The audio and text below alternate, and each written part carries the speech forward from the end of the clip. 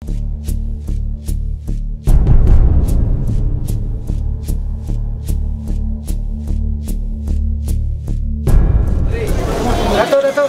tepukan tuan-tuan dan puan-puan, itulah dia dua banting ataupun swimmer yang telah pun dipotong, dibuka untuk tatapan kita sebagai tanda resmi pelancaran Angkatan Perubahan Sabah yang diketuai oleh Yang Berhormat Datuk Seri Panglima Bomboreng.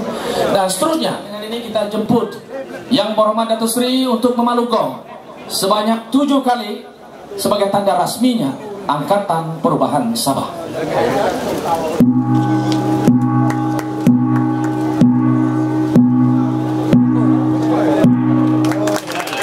Begitulah tadi pukulan gong sebanyak 7 kali.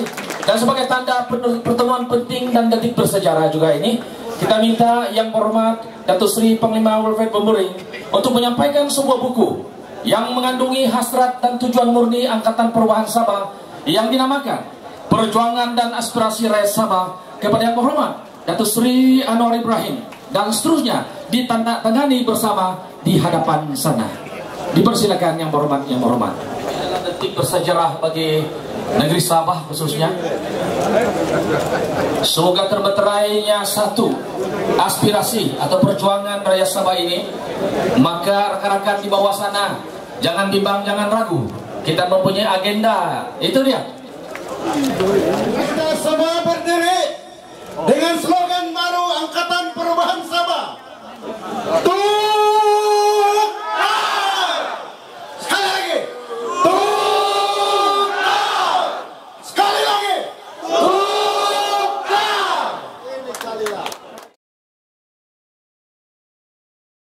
Selepas sejak hari ini, kita tidak akan melepaskan, tiap-tiap hari akan melawat kawasan-kawasan di Sabah ini untuk memperlawak, mengobarkan semangat rekan-rekan kita untuk membuat perubahan, membuat pertukaran, menyokong perjuangan Pakatan Rakyat. Tuan-tuan dan puan-puan yang saya hormati sekalian, saya kena adjust ucapan saya ini kerana masa yang singkat. Yang Berhormat Datuk Seri akan bergegas ke Beaufort untuk berbuka puasa dengan rakan-rakan di sana. Maka saya cuba untuk squeeze ucapan saya ini kerana yang penting kita mendengar amanat pimpin agung kita nanti. Saya buat satu catwalk ke sana. Ini bukan Ratu Cantik punya stage ya. Tapi saya tahu Datuk Seri ini dia tidak senang dengan duduk diam-diam di depan rostrum. Tapi beliau suka jalan-jalan. So dia minta diadakan sedikit catwalk ke sana. Ini semangat beliau mau mendekati semua yang hadir. Mau mendekati, tapi limited place lah. Minta maaf. Tuan-tuan dan puan-puan yang saya hormati sekalian, dalam masa kebelakangan ini, spekulasi yang melibatkan saya dan Yang Berhormat Datuk Seri Panglima Najib Majukin serta rakan-rakan yang lain telah tersebar luas di Sabah, malahan di seluruh negara. Spekulasi ini telah menarik perhatian dari berbagai pihak dan menerima berbagai komen dalam media cetak dan media elektronik. Ada yang baik, ada yang tidak baik. Pada keseluruhannya, ramai rakyat di Sabah sangat-sangat menantikan apa yang kita buat dalam program hari ini. Ini kita buktikan dan terbukti kehadiran saudara-saudara yang datang dari jauh dan dari seluruh pelosok negeri Sabah. Rata-rata ramai rakyat Sabah yang mau melihat gandingan pemimpin-pemimpin untuk memperjuangkan perubahan dan reformasi dalam pemerintahan negara kita yang tercinta ini. Maka oleh itu, segala tanda tanya itu akan dapat dijelaskan hari ini. Kita akan mencatat satu sejarah lagi dalam politik tanah air kita, Malaysia. Tuan-tuan dan puan-puan yang saya hormati sekalian, pada tahun 2008 melalui PRU 12, rakyat Malaysia di semenanjung Malaysia telah meluahkan hasrat dan tuntutan mereka untuk perubahan dan reformasi dengan jelas, di mana Barisan Nasional telah menerima kejutan dengan kehilangan 5 negeri dari kekuasaan mereka. Dari segi jumlah undi, Barisan Nasional dan Pakatan Rakyat sebenarnya memperoleh kurang lebih sama banyak. Oleh kerana kita ini mengamal first past the post, maka Barisan Nasional masih menang. Jika bukan dengan undi dari Sabah dan Sarawak, sudah tentunya pada masa itu pun kerajaan Malaysia sudah bertukar. Tsunami politik di semenanjung Malaysia sudah menjular ke Sarawak dalam pilihan negeri baru-baru ini, dan kini tsunami tersebut akan bergelombang di Sabah sekarang.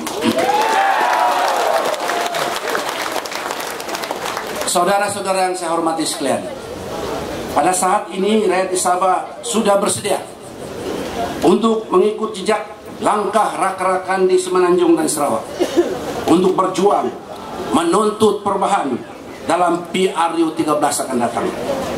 Rakyat di Sabah sudah cukup faham tentang masalah-masalah negara, sama ada dari segi ekonomi, pentadbiran, rasuah, kronisme, perbelahan kaum, ekstremisme, dan sebagainya. Dan kita akan mendapat penjelasan yang sejelas-jelasnya daripada Datuk Seri nanti. Namun masalah yang paling besar melanda Sabah yang selalu ditafsirkan sebagai the mother of all problem atau ibu kepada segala masalah, yaitu kebanjiran pendatang tanpa izin di Sabah. Saudara-saudara sekalian, pada tahun 1963, apabila Sabah bersetuju untuk sama-sama menumpu Malaysia, pemimpin negara pada masa itu berjanji melindungi kedaulatan Sabah dalam Malaysia. Rakyat Sabah melihat dan merasa amat sangat kehadiran PTI yang begitu ramai, menyebabkan pertumbuhan penduduk negeri ini melonjak tinggi dalam beberapa tahun kebelakangan ini. Umpamanya pada tahun 1970, penduduk Sabah ialah hanya sebanyak 636.431. Dan dalam tahun 2010, penduduk Sabah telah berjumlah sebanyak 3.120.040 orang, yaitu penambahan sebanyak 2,5 million atau penambahan sebanyak 390% berbanding dengan penambahan sebanyak 148% di Sarawak dan 164% bagi peringkat nasional.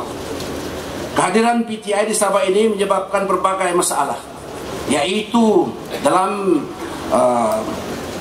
jenayah, pekerjaan, perniagaan, perkhidmatan sosial, perubatan, dan keselamatan, dan lain lagi. Sejak zaman Tun Dr. Mahathir Mohamad menjadi Perdana Menteri, ketibaan PTI ini dibiarkan begitu saja.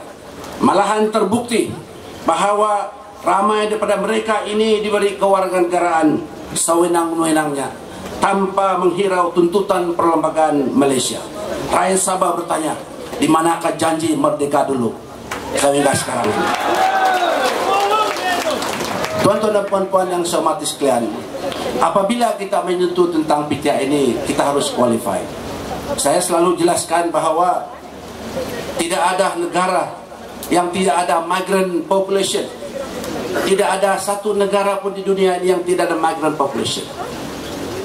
Di Sabah juga tidak ketinggalan. Bagi mereka yang datang 20 tahun yang lalu, 30 tahun yang lalu dengan pasport, dengan perlahan-lahan dengan proses penerangan betul, memohon kewarganegaraan, dan akhirnya mereka dapat kewarganegaraan, itu kita tidak ada masalah. Tetapi masalah ialah yang datang kemarin hari ini dapat identikan. Itu yang kita tentang, itu yang kita bantah. Saudara-saudara sekalian, ada yang mengatakan hari ini sampai kemarin dapat IC. Saya bilang ini tidak mungkin.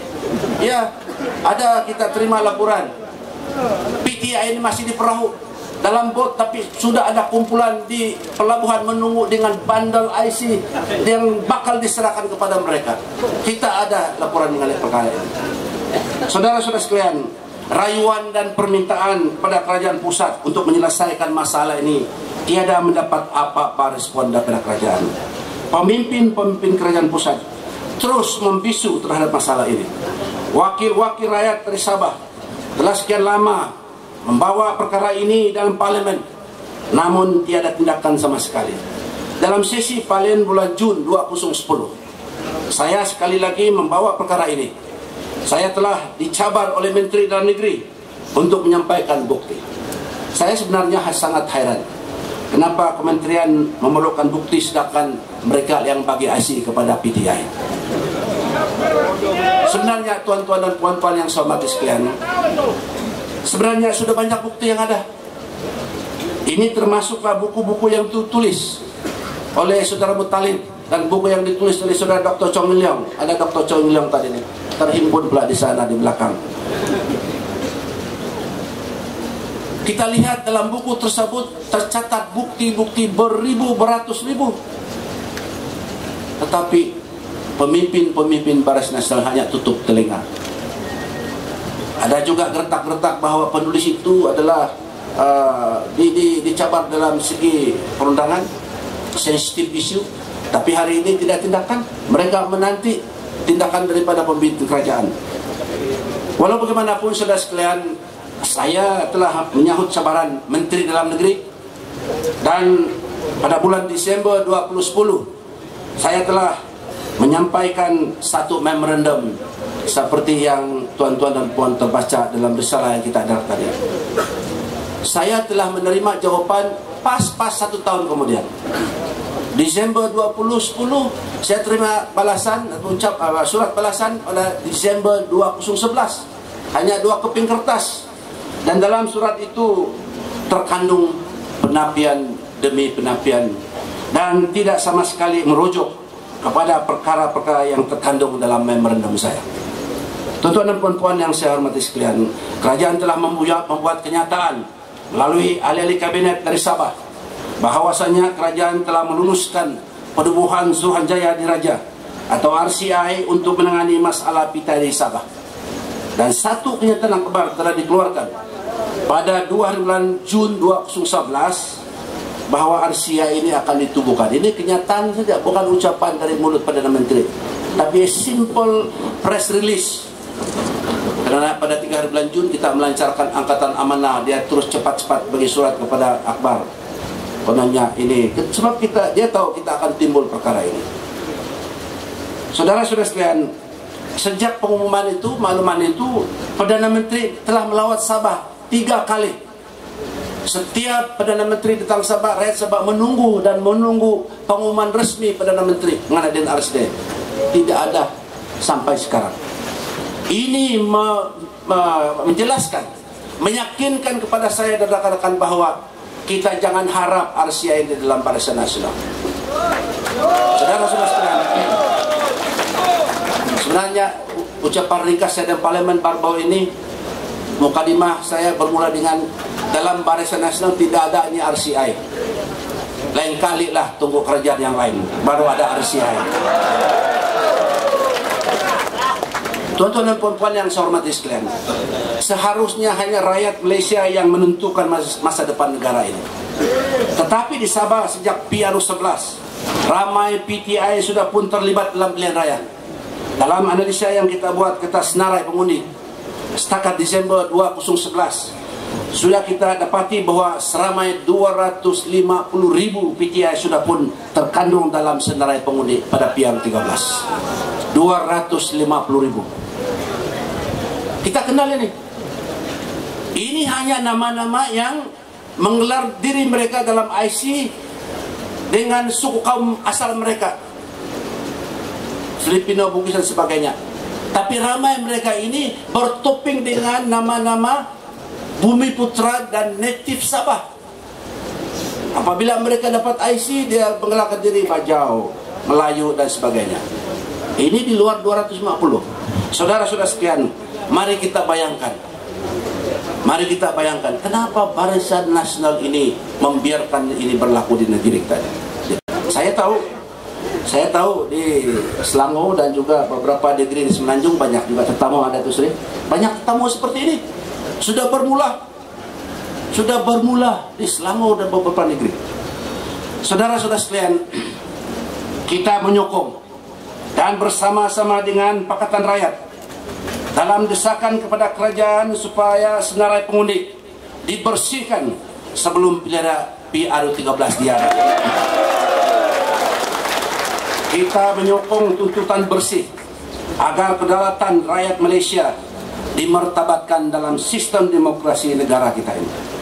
Sudah jelas, Barisan Nasional tidak lagi mempunyai kepercayaan kepada rakyatnya sendiri. Malahan mereka terpaksa bersandar kepada PTI untuk mengekalkan kekuasaan mereka.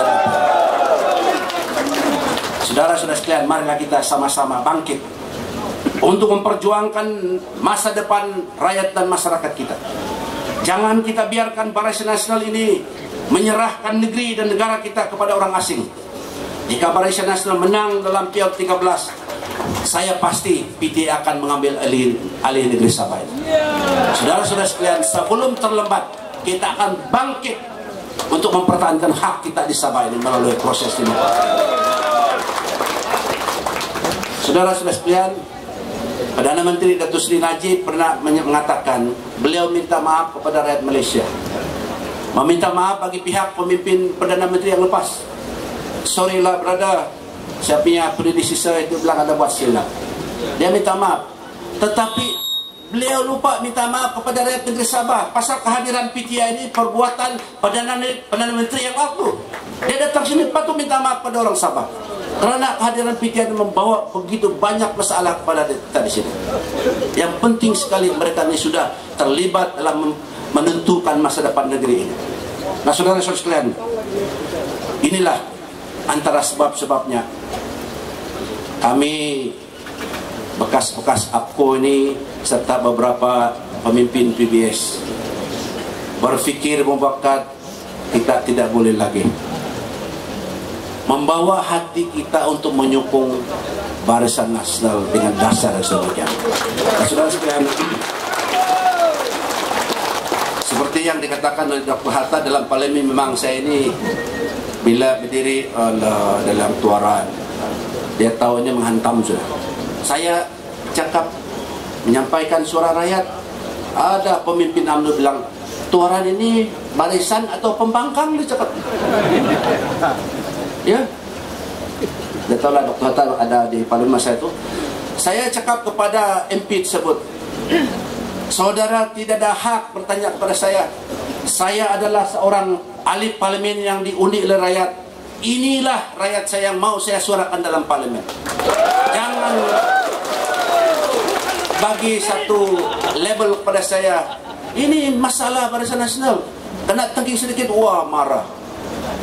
Ya, mau yang manis-manis saja, seperti Dr. Hatta cakap tadi, yang manis-manis saja, puji-pujian.